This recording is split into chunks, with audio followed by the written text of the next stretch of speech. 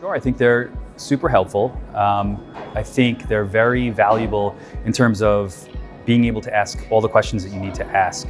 I think many times when you meet in these situations, there's distractions, or you can't always ask every question that you want to. So it's intense, and you're sitting down with folks and really getting into the nitty-gritty, and you're meeting with folks who are subject matter experts. And so, for our particular situation, we have very specific needs in terms of what we're looking for, technical requirements, but also regulatory requirements. And we need to make sure that if we continue on speaking to them, that it's worth our time. And so I think it's super valuable to just determine, do we want to continue to meet with them? Is this a solution that we think is a good potential? And then we can move on from there.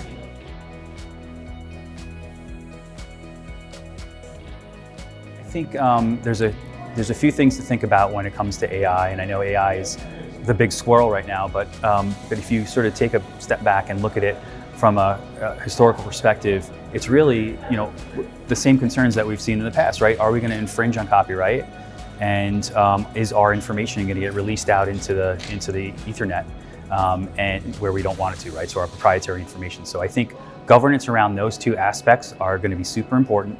I think everybody needs to build a program around that to make sure that you have controls in place to manage that and really protect yourself from outside lawsuits, but also to keep your data and your proprietary information in-house.